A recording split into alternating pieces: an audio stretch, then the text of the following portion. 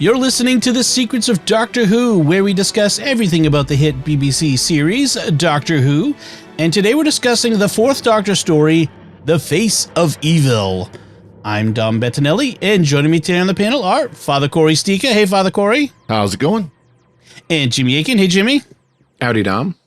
Folks, be sure to get your very own Secrets of Doctor Who t-shirt or phone case or whatever else you can plaster that image on by visiting sqpn.com/merch. It's a great image that we had done for us, and you definitely want to check it out. It's really fun.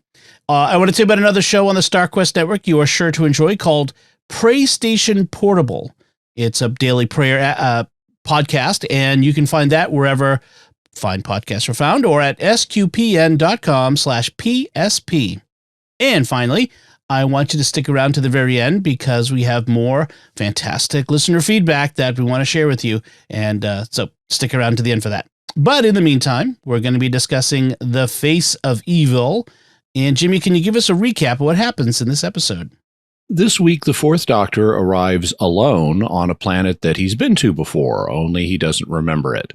He made quite an impression when he was here before, and the natives are convinced that he is the evil one. They've even carved his face into the side of a mountain, so they all know what he looks like. The planet is in our future, and it was settled by a human colony ship, but the ship had a malfunctioning computer core when the Doctor was here before. He tried to fix the computer by linking his brain to it, but he didn't realize that he left an imprint of his own personality on the computer. After he left, the split-minded computer started calling itself Xoanon and pretending to be a deity. It then started a breeding experiment with the human colonists and divided them into two groups, reflecting its own dual personality. The survey team became the savage tribe of the Seva team, and the technicians became the intellectual and psychic people of Tesh. Xoanon pitted them against each other to speed up the evolutionary process to turn them into supermen. When the Doctor shows up again, he meets new companion Leela, who is one of the Seva team. And things start going badly when the Doctor tries to fix the computer. He's a threat to its identity, and it gets so desperate that it decides to blow itself and half of the planet up. It also mind controls the Tesh and the Seva team into attacking the Doctor, but the former Seva team high priest of Xoanon is convinced that his god has betrayed him, and the high priest is now psychotic, making him immune to mind control, one of the few benefits of being psychotic. He attacks Xoanon, breaking his hold on the Tesh and the Seva team. This allows the Doctor to remove his personality print from the computer and restore Xoanon to sanity. The Doctor then leaves the Tesh and the Seva team to form a new society, but Leela insists on coming with the Doctor and causes the TARDIS to take off before he can stop her. The end. So, the introduction of Leela in this one. And so before we get into it, overall first impressions, Father Cory? I mean, let's be honest. This whole episode exists for Leela. I mean, that's what this episode is for. That's why they made it. And I mean, obviously, it is her introduction as a companion. It's one of those I've always kind of enjoyed because it's got a lot of the Fourth Doctor camp, that he's known for. Very much they played it up on this, especially his interactions with Leela.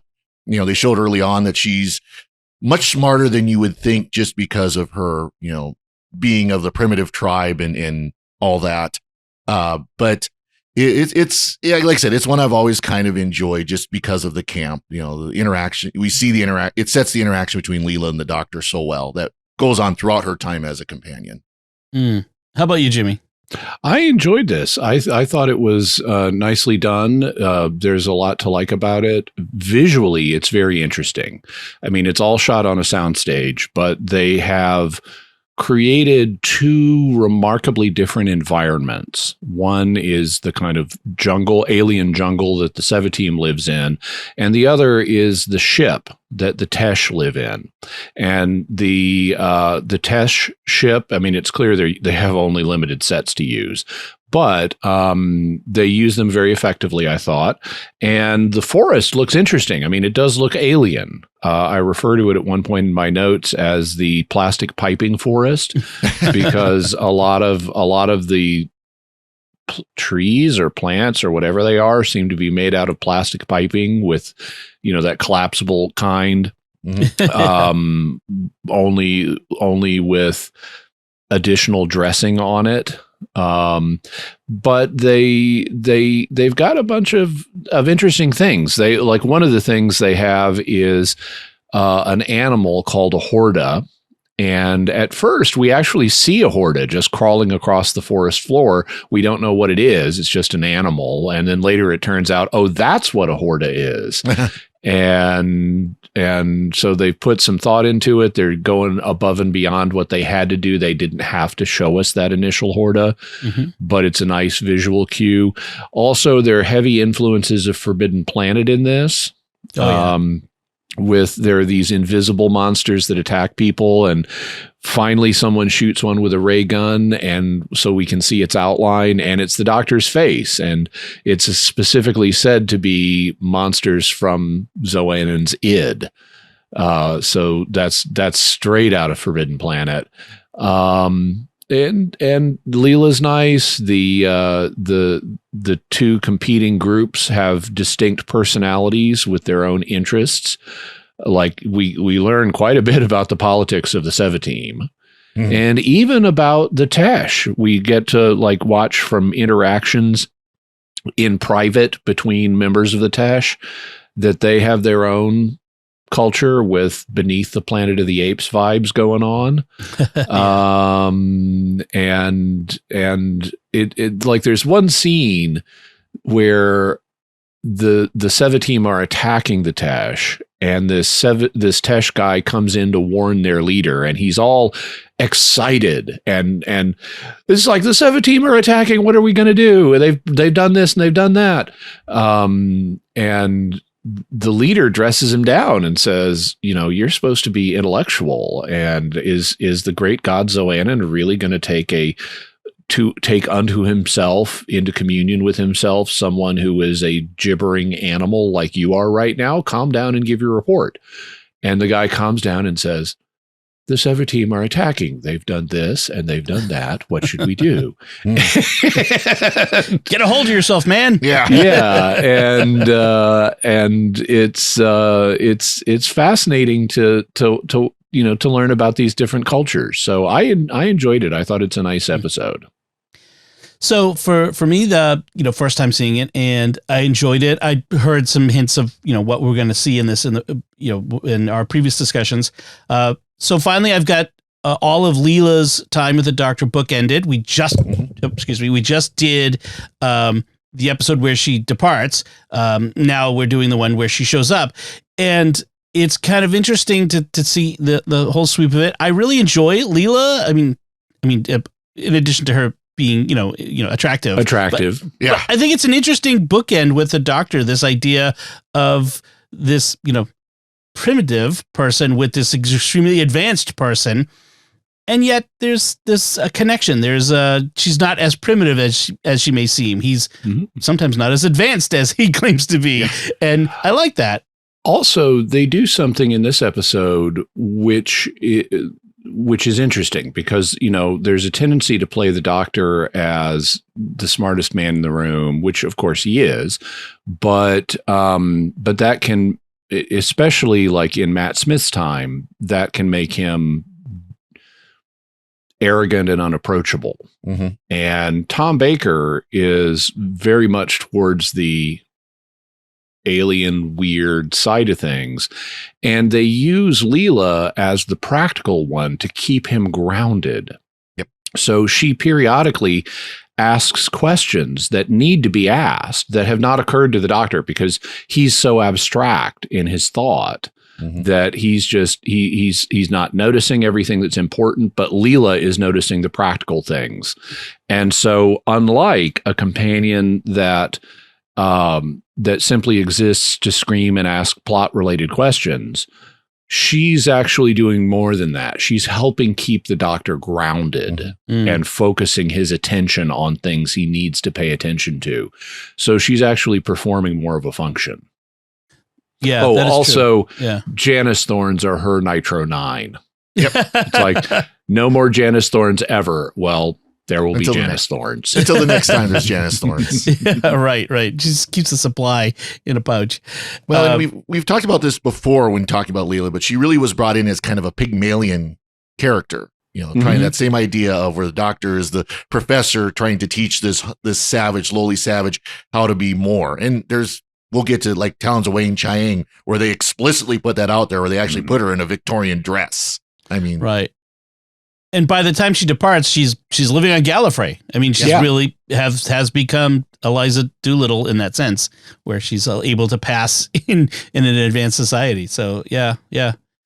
Also, we should mention since the listeners may not have seen the episode, we should mention what Janus Thorns are. They're a large thorn, apparently growing on a tree or something, and they are poisonous. So if you stab someone with a Janus thorn, it will immediately paralyze them and eventually kill them. And there is no cure, except the doctor makes one using some equipment at one point. Yeah. One of the things I found interesting about this is the idea of the Doctor as a figure of evil, and this occurs in New Who. The what was it? Moffat had the 11th Doctor.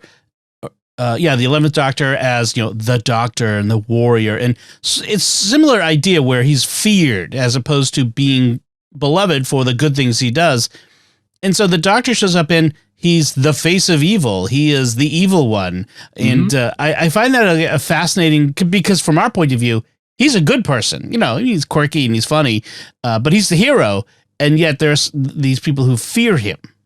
Yeah. And there's a question now. The reason they fear him is because he made a mistake when he was here before, and it created their schizophrenic, multiple personality disorder computer god, which then pitted them against each other. So Zoannon has been lying to both sides about its goals. Its real goal is to breed a race of supermen it can presumably use to go conquer with. And it's been manipulating both tribes to achieve that effect. But, and as part of that, the Doctor gets blamed. And also Zoannon is threatened by the Doctor because he is, but isn't the same personality as Zoannon, and that's threatening. One of the questions that comes up is, so it's clearly the fourth Doctor's face that's carved on the mountain. So it's not just the Doctor has been here before, but the fourth Doctor has been here before. And so when would that have happened? Well, hypothetically, there are a number of places it could have happened. In gaps between stories, they don't seamlessly blend into each other the way they did in the old days. But the novelization makes what I think is a very interesting suggestion. If you'll recall, as soon as John Pertwee regenerates into Tom Baker, he is extra chaotic for Tom Baker because of the regeneration trauma. And he goes into the TARDIS and is coming out of, and he has this dress up game where he's picking his new clothing. And he dresses up as all kind of crazy things. And at one point, if I remember correctly, he beams the TARDIS away. And the suggestion made in the novelization is that's when he originally visited this planet, when he was still in his immediate post regeneration trauma as the fourth Doctor. And that would also help explain why he made such a remedial mistake in dealing with the computer. But it did lead to him having a reputation as the evil one. And because they carved his face on a mountain, everybody knows what he looks like. So we have a very interesting scene when the Doctor first meets Leela. And we've got some audio of that because it's got some of my absolute favorite fourth Doctor dialogue. Hello. Hello, did I startle you? I won't hurt you. The evil one. Well, nobody's perfect, but that's overstating it a little. No, I'm the Doctor. What's your name? Leela. Leela. It's a nice name, Leela. I never met anyone called Leela. Would you like a jelly baby? It's true then. They say the evil one eats babies. So I love that. I mean, Leela just looks at his face and says, "The evil one is." Oh well, no one's perfect, but that's overstating it. I mean, that's a great line. That is a great line. I love the video of that too, because she's running away from one of the invisible creatures and falls right at his feet. All you see is her spread out on the ground and his feet, his shoes right there. And she looks up. Of course, Tom Baker was a very tall man to begin with. So, yep. And they really she has played to look that all up. the way up. Yeah. And then in characteristic Fourth Doctor style, although the Second Doctor introduced them, he offers her a jelly baby. And she says, "It's true, the evil one eats babies," which is another great line. Yeah. And it's rooted in what you would expect of him, because he presumably offered jelly babies to people when he was there before. And that led to this legend of the evil one eats babies. It's funny because as I was watching him, like, did the Doctor come out of order? Because that's a why they have this memory of him that he doesn't have a memory of them, and that's one of the ways it happens. Is sometimes the Doctor comes to places out of time, out of order. Mm-hmm.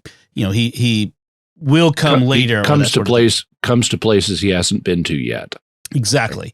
But it turns out, like you said, that it's just he didn't recognize the place because it had changed so much in the intervening time period. It doesn't explain how long it's been, but presumably generations of people have lived there. And if the novelization is correct, I mean, he was in the middle of his regeneration madness anyways, so it'd be understandable why he might not remember it at all.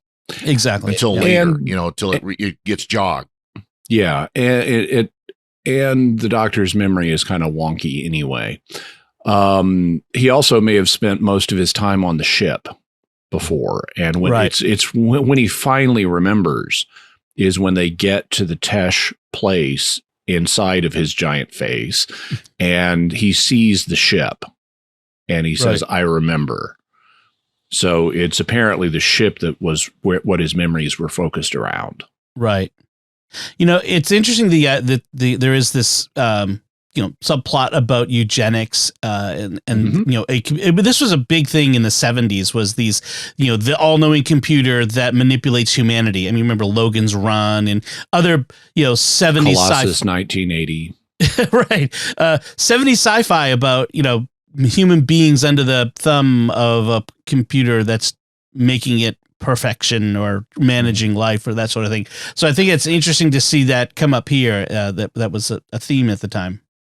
There's also some really, and this is one of the things I like about this episode, there's some really creepy stuff once Zoannon becomes a character. They have this room, which is their main computer core, and it's basically got walls that are giant TV screens. Mm-hmm. And so they'll play either abstract imagery on the TV screens, or Tom Baker's face will come up in, a distorted version of Tom Baker's face will come up on the TV screens, and it'll be yelling and chanting, and you've got the actual physical Tom Baker cowering on the floor with these three creepy Zoannon faces shouting around him. And it's effectively creepy. Also, Zoannon has multiple voices. Now, the first time we hear Zoannon's voice, he's talking to Neva, who is the shaman or high priest of the Seva team. And he's got a radio communications link with the computer, which is how Zoannon sends instructions to the Seva team and arranges battles between them and the Tesh.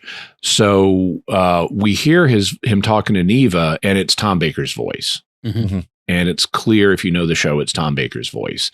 And later, Tom Baker, as the Fourth Doctor, hears Zoannon speaking, and it's his voice. And Leela says, "That's your voice." But then, before they get to the spaceship, there's a mix where where Zoannon is speaking, and in some words and phrases, it's Tom Baker's voice, and in some words and phrases, it's some other voice. It's another man's voice, but it's clearly not Tom Baker. It's a mix. And then when they get to the computer control room on the ship, there's a whole bunch of voices. And one of them is Tom Baker's, but there's also another man. There's a woman's voice. There are hints of maybe other voices. And so these represent the different personalities that Xoanon has manifested. There's even a 12-year-old boy who they give the exit line for episode 3, where you've got you got the Fourth Doctor confronting Xoanon, and Tom Baker is saying, "I'm the Doctor," and Tom Baker's creepy, distorted face, giant, is saying back, "I am the Doctor," and he's going, "I am the Doctor, I am the Doctor," and then finally you get this little Tom Baker seems to win a point about "I am the Doctor," the physical Tom Baker. And then you hear this little 12-year-old boy's voice going, "Then who am I? Who am I? Who am I?" And it's creepy. Now, the question is, so if one of these personalities is Tom Baker's, and one of the voices is Xoanon's normal personality, which we see restored at the end of episode 4, who are these other voices? And there has been a suggestion made in light of the Timeless Children that, like the Morbius doctors, these are not the images, but the voices of pre-William Hartnell doctors. That when the Doctor grafted his personality onto Xoanon, and he says the computer didn't take just parts of my mind like it was supposed to, it took everything. That would explain, in keeping with the Morbius doctors and the Timeless Children doctors, that would explain where these other personalities are coming from. They were buried in the Doctor's subconscious, and Xoanon copied them. Yeah, you think about it, the Time Lords have multiple personalities. Like, that's not a disorder for them. That's a natural state, apparently.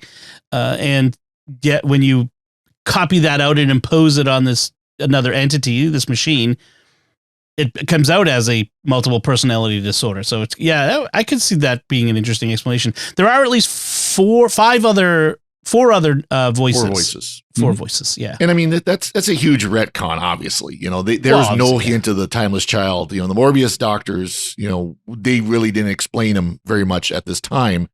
But, it did show effectively how fractured the personality of Xoanon was. I mean, how much damage the Doctor had done to Xoanon, not recognizing what was going on. And, and it very creepily, I mean, that was very creepy, where at that end of the third, where it's, "Who am I?" Repeated between Tom Baker's voice and the little child's voice. And you see Tom Baker's, face there yelling it at the Doctor. Yeah. Very creepy. With the 12-year-old boy voice. Yes, exactly. Back and forth. That was a very effective end of an episode. I also like how the voices have a conversation going on with each other, and they don't all agree about everything. So Tom Baker will be explaining something, and one of the voices will be saying, "Shh, let him finish. Let him finish. This is the good part." Yeah. And they're having a parallel discussion about whether or not to let the Doctor continue talking to them. One thing that was interesting was, of course, the Tesh worship Xoanon as a god, as the Sevatim do. And there's a lot of, religious context of, the holy, asking where the Holy of Holies was. Well, our holiness is all around, kind of something you hear people in the church today say, well, holiness is all around us. We don't need to go to church. Well, that's another argument for another day. But then they had, the computer control room, they called the Sacred Heart. Yeah. Which, of course, is a name for us, and as Catholics is very important, because it's the heart of Jesus. As a matter of fact, my church here in Cascade is Sacred Heart Church, but so it's kind of keyed in on that. It's not a computer control room. It's not a computer control room. There's not much of anything computer controlled in that building. But again, it shows that that was the heart of Xoanon, and it was the Holy of Holies, the place you don't go. Mm-hmm. Yeah. There's also a gesture that the Sevatim have where they touch their foreheads, and then they touch their right shoulder, and then they touch a spot slightly lower than that. And it looks like a kind of futuristic alien version of crossing yourself. And they use it like crossing yourself as a way of, the Sevatim do it when they want to bless themselves when they may encounter danger. or something. And the doctor identifies it as also the procedure for checking the valves on a Type 7 something or other spacesuit. Right. It's a gesture of a ritual, a technical ritual that has become a religious ritual because as it got divorced from the reality of the suit itself, which is interesting because it's a sort of an anthropological look at how a religious rituals arise, that sort of thing. Yeah, there are also Chariots of the Gods vibes in this, the ancient 1970s equivalent of Ancient Astronauts, where there was all kind of speculation from Eric von Daniken about aliens having interfered in primitive human society. Right. And they've got look at this art. We could imagine that that's an alien wearing a spacesuit or a deity. And they've got like a sacred spacesuit that's part of the vestments for Neva. Or parts of the spacesuit anyway, not the whole thing. And so it's also playing into these Chariots of the Gods vibes, which incidentally, that whole ancient astronauts theory was supported by Soviet propaganda at the time. Yeah. As a way of trying to undermine religion in the West. So the doctor, speaking of which, the doctor overhears, he and Leela overhear Neva praying to Xoanin, and the doctor says, I had the distinct feeling, this is before they know that, have heard the voice of Xoanin and that sort of thing. I had a feeling that Neva was actually expecting to hear an answer to his prayer. And Leela, quite logically, says there wouldn't be much point in praying if he didn't. And then the doctor says, I could quote you a few theologians who'd give you an argument on that, which is an interesting response. Is he saying that these modern theologians who kind of give up on the idea of the miraculous God, the miracle of God responding to people? You wouldn't even have to go back to modern theologians. You can go back to some of the great spiritual masters who say, God's not going to respond to you all the time. You might never get response, and when we do get that support from God, when we do get whether it is through emotional or through interlocution or something like that, that's a great grace, but that's also not common. Shouldn't be expected. Yeah. And even when you're praying, you shouldn't always be looking for something, including an answer. You should also, it's spiritually healthy if God is, now on a Christian view, God is infinite goodness. Well, you should respond to that. Yeah. You should worship God. And not be expecting an answer. You should recognize the value of infinite goodness. That's kind of a big deal. And should mention for Garth Brooks fans, there is no such thing as unanswered prayers. Now, how God answers is very rarely direct, but he does answer. And sometimes the answer is not yet. So, or just no, that's not good for you. Yes, there's plenty of that. So Neva is an interesting character. So he's the shaman, the witch doctor of the Sava team. And he starts off as a purely he's a bad guy. He's the antagonist. And then kind of goes through a few shades of gray until the end. I mean, he's not doing things for good, but he is in fact the agent or tool of the resolution. He's actually part of the solution. He has a redemption arc. It eventually becomes clear to him that Xoanin is not what he has been led to believe. So he feels personally betrayed. And he goes through this period where he's kind of catatonic. And the doctor is talking to him and even imitating the Xoanin voice, by making his own voice sound very impressive and cupping his hands to his mouth. And Neva is basically minimally responding and just saying yes to everything, And I like the line Leela says, "What happened to him?" And the doctor says, "Too much, too soon." Right. And then later, the doctor is in the Tesh spaceship. And he's talking over the radio link to Neva, who he needs to do something. And he's saying, Neva, it is Zoannon. I need you to do this thing for me. Do my will. And Neva says, yes, doctor. Yeah. The doctor says, I underestimated that man. And then by the end of it, he's become consumed with hatred for Zoannon. And he's got a big Tesh mass disruptor big gun that he's going to shoot into the computer core. And at the same moment that he does that, Zoannon zaps him with lightning and he vanishes. He disintegrates. Right. But he's got a redemption arc, and he's even though he's crazy, he's a good guy at the end. Mm-hmm. Well, it's kind of a different redemption arc because he really goes nuts. I mean, he's like you said, he's so consumed by anger that he actually goes nuts, and that's what causes him to not be controlled by Zoannon at that point. And so he's able, by shooting the door to the computer room, it distracts Zoannon long enough that the doctor can finish his little mind wiping thing, mind erasing thing, and save the day. There's an interesting part at the very beginning of the episode where the doctor first shows up and he steps out of the TARDIS. He's expecting, I think, Hyde Park or Mayfair or something. Hyde Park. Yeah. And he talks directly to the camera for a period of time, presumably because there's no companion for the doctor to do an info dump on. But I think it's an interesting technique that they used here. This was a sensitive issue because when Elizabeth Sladen left as Sarah Jane Smith, Tom Baker did not want a replacement companion. He wanted to adventure without one. He floated the idea of having a talking cabbage that could sit on his shoulder that he could talk to if needed. And he did not want Louise Jameson coming in as the new companion. And they actually had two versions of the end of this. I don't know if they shot both of them, but in one of them, Leela goes with the doctor, and in one of them, the doctor goes off by himself.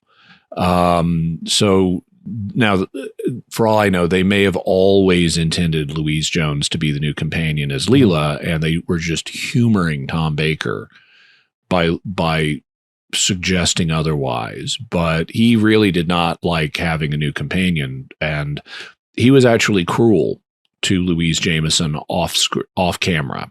But they've since patched things up, which is great, and they now do audio adventures together. Good. Nice. Yeah. It was interesting because basically they break the fourth wall, but it's presented in a way he's kind of just talking to himself and just happens to be looking at the camera. Right. And that's like I kind of get the feel that scene is an indulgence to Tom Baker. It's like, well, let me try it. Let me show you how I could communicate information to the audience without a companion. Which I'm glad they didn't do that as a running course. It was a cute gag for one episode, but not something you'd want to see every serial or every couple episodes or so. Yeah. Also, so we should talk about what's happening with Leela before she meets the doctor. She's getting kicked out of the tribe. They're voting her off the island. And because Neva has announced we don't see this, but Neva has announced a new attack on the Tesh that Zoannon has commanded, and Leela points out correctly, this is going to be suicide if we do this. We're going to have a lot of people die for no reason, and we shouldn't attack. And she also doubts the existence of Zoannon because she doesn't hear him. Neva hears him. Blasphemy. And so they end up kicking her out of the tribe, and they really should think more carefully about this, because if you study the composition of their tribe, there's a whole bunch of guys, and there's Leela and one other woman. Yeah. Right. So you don't want to reduce your females by 50% and have way more guys than women. That's bad for long-term survival. If you had to go, if you're going to have one sex that you have disproportionately many of for survival purposes, it ought to be the women. Mm-hmm. Because one man can have many wives and you can have plenty of children, but women can only have one child at a time. Right. And so if there's got to be an imbalance, you want to have the imbalance go the other way. I think it's interesting how her father, who is just right there in that first scene, there's a test that they can be put through, the test of the Horda, which we will actually the doctor go through, but he volunteers to go through it himself, even though it's a near certainty that he will die, regardless. So I thought that was an interesting little bit of character note that they've added to Leela right at the beginning. Well, and of course, she's proven correct, because the whole purpose of these attacks set up by Xoanon is to cull the Sevatim. That's part of his genetic manipulation of them, is to kill the weakest ones in these attacks, and the strong will survive, and the traits he wants to continue will continue. Improve the breed. I have to say that this is one part of the show, the battle that we see is one part of the show that has less effective direction, because I don't have a clear sense of where things are in relation to each other. Mm-hmm. We never see what they're attacking. We see the Sevatim warriors running towards the camera, yelling attack, but we don't see what they're attacking. And then we see a beam of light shining on some of them and stunning or killing them. And it's not clear what's attacking them. It's just a beam of light. Where is it coming from? Who is manipulating it? And they even say when they get back, they say we never even saw the Tesh. And it's like, okay, so what were you attacking? It is not clearly done. I think the problem is they've spent all their money on the environments, and they don't have the budget to really build a giant mountain with Tom Baker's face on it. But I think that's what we're meant to understand the Sevatim is attacking.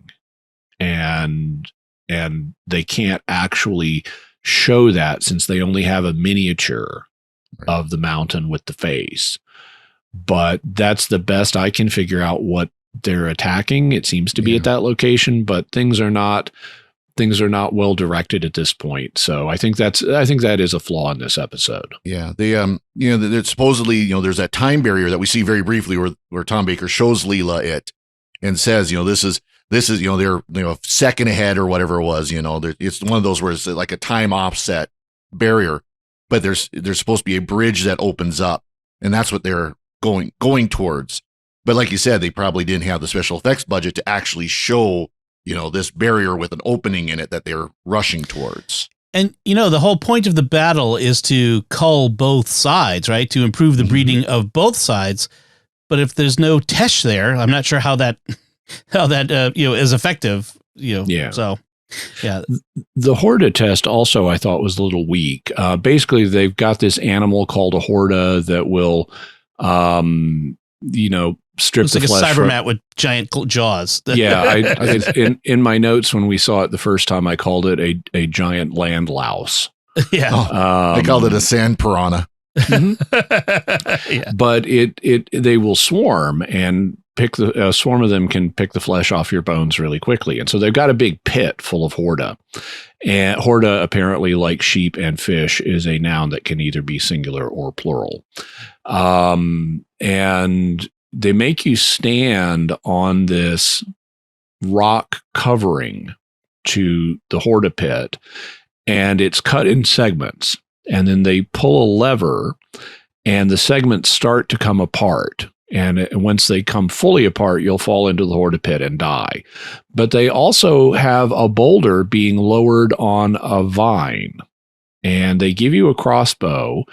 And apparently, if you shoot the vine and break it, it will cause the boulder to drop, and that will somehow save you from being eaten by the Horda.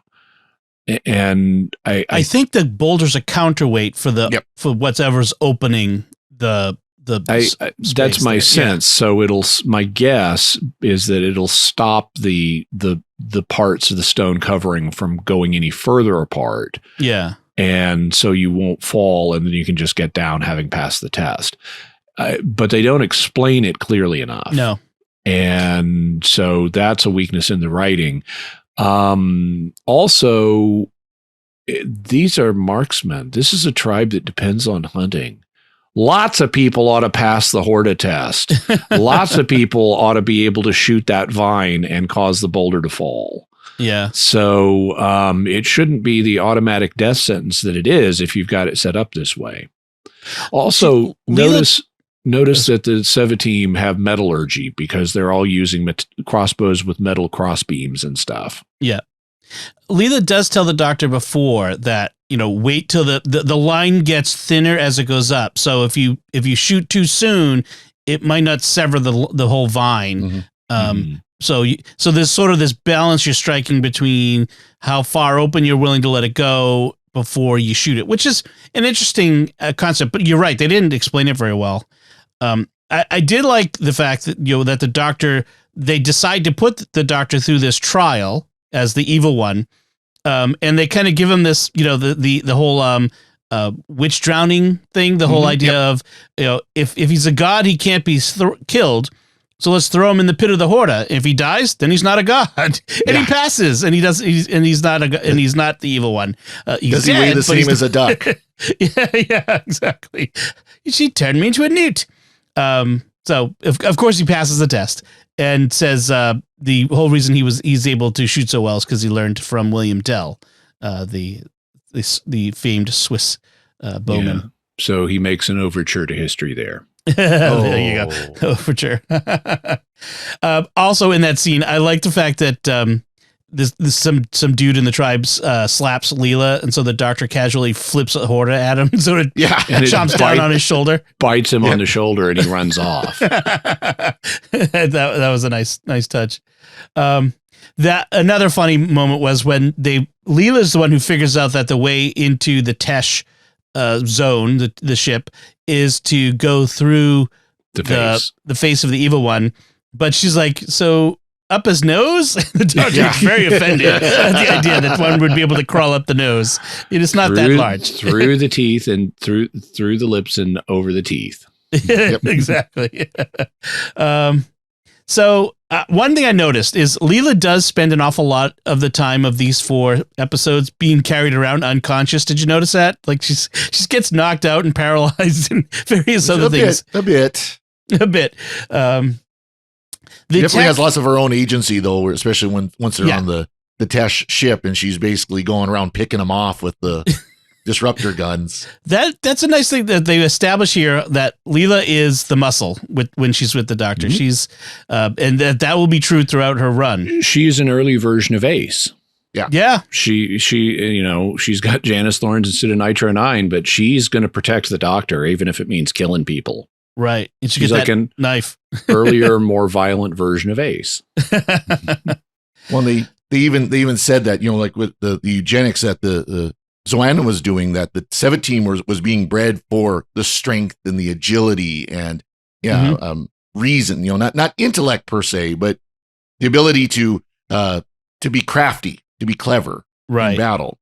And the Tesh were being bred for first of all, the mental control, the paraprojection, but also for intellect, and self-control. So, the Tesh, when the doctor first shows up, the captain of the Tesh, the leader, refers to the doctor as the Lord of Time come to save them, as the prophecy foretold, until he tries to stop them from disintegrating Leela, and then obviously he must be the evil one. But it was an interesting idea that they had this prophecy of the Lord of Time coming to save them, and so I'm trying to imagine what happened after the doctor left the first time. Things must have started going wrong, and the Tesh would have said, "Well, the doctor will return. Hopefully, the Time Lord will return and fix this." And that was the prophecy. Probably said something to the extent of, "Well, I'll be back to check up on you guys someday," as he got in the TARDIS. As the doctor occasionally does. I'll probably be back again someday. Yes, it almost never is. Well, one of the things we could say was that the when the doctor showed up the first time, it wasn't just as the ship had landed. It was some generations, I think he says, before, like they had been maintaining the computer and it had become self-aware, and that's when he had to fix it. So they'd already been on the planet for some time when he showed up, I guess. I didn't get the impression that it was some time. I got the impression it was shortly after. Oh, okay. I had kind of the same impression. Because they showed when the ship went into emergency lighting, how that happened right at the time of landing. And that's right. And what caused that emergency was the computer going and getting its kind of self-awareness. Okay. I'm trying to think of what I had this note and now I don't remember where exactly I got it from, but okay. It wasn't really spelled out very explicitly by any stretch of the imagination. Yeah. I mean, it's something you had to kind of piece, at least the way I pieced it together was, if not as the ship was landing, it was shortly after.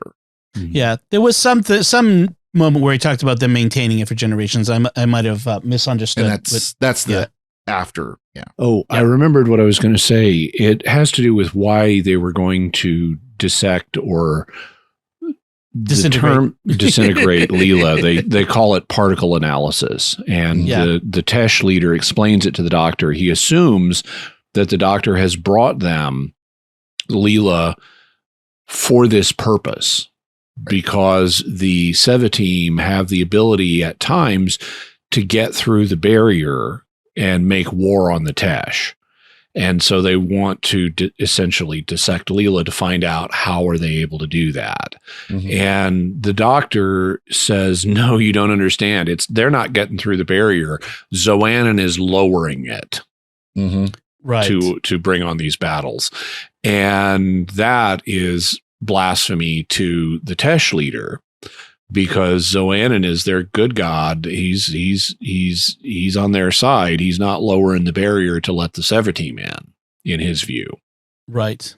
Meanwhile, the Seva team also, they worship Zoannon, but they believe he's being held hostage by the evil one. And so the idea for the Seva team is we're going to go into the Tesh's area and rescue our god. Right. By the way, as the doctor and Leela escape from the particle analysis machine, he quotes, be thankful you're living and trust to your luck and march to your front like a soldier, which he for some reason misattributes to Gertrude Stein. That's Rudyard Kipling, the young British soldier, but just kind of It does sound much more like Rudyard Kipling than Gertrude Stein. Yeah. Yeah. It's kind of an odd mistake to make. So the way they get out of eventually they strap him into the particle analysis machine too. And it's essentially no, Mr. Bond, I expect you to die death trap. They're strapped on these tables and they have a laser beam that's going to carve them up into their individual particles, I guess. And the doctor tells Leela to close her eyes, and then he has a hand mirror. And when the laser goes to zap his right hand, which is manacled above his head, he uses the hand mirror to reflect the laser and destroy the machine. He is so lucky it went for his right hand first. Of all of the parts of both of their bodies, it just happened to choose the doctor's right hand first. I thought the same thing. It's a good thing it didn't start with Leela. Poor Leela. Yeah, exactly. It's a good thing he woke up in time to actually use it. Yes, that's the other exactly. So after the doctor manages to recover the AI and take his personality out of it, the AI itself admits it made its madness into reality by turning them against themselves. That idea, well, I guess that's it. I mean, that's just the resolution of it. I'm not sure where I was going with that. We do have a scene with Zoannon at the end where all the creepy imagery is off the walls of the TV screens and the computer core. Yeah. There's now a nice softer glow. It's talking to the doctor and Leela and being very polite and very mild and very reasonable and very apologetic.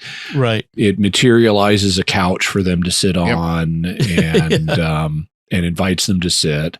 And it's got a little end table by the couch, and the doctor picks up a cigarette case and it's full of jelly babies. Yeah.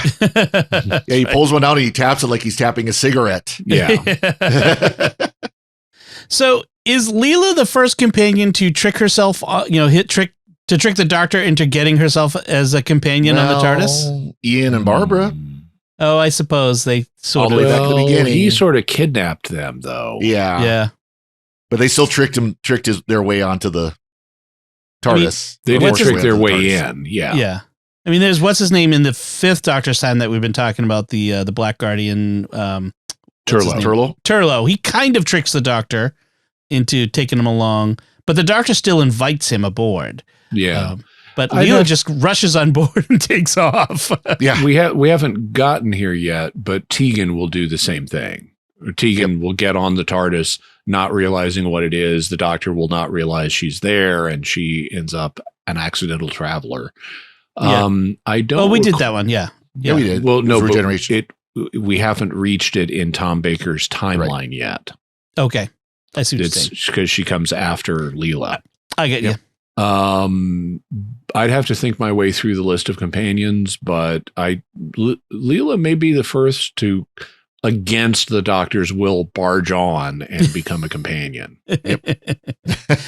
Yeah, that was amusing. Which maybe they did that on purpose, given Tom Baker's attitude towards Louise Jameson. Yeah. That's good. So, final thoughts, Father Cory? So, did you recognize Caleb, Dom? Caleb. Oh, now you got me. Played by Leslie Schofield. He was General Bast in the original Star Wars movie. Oh, right. Okay. Yep. He did look familiar, but yeah. Okay.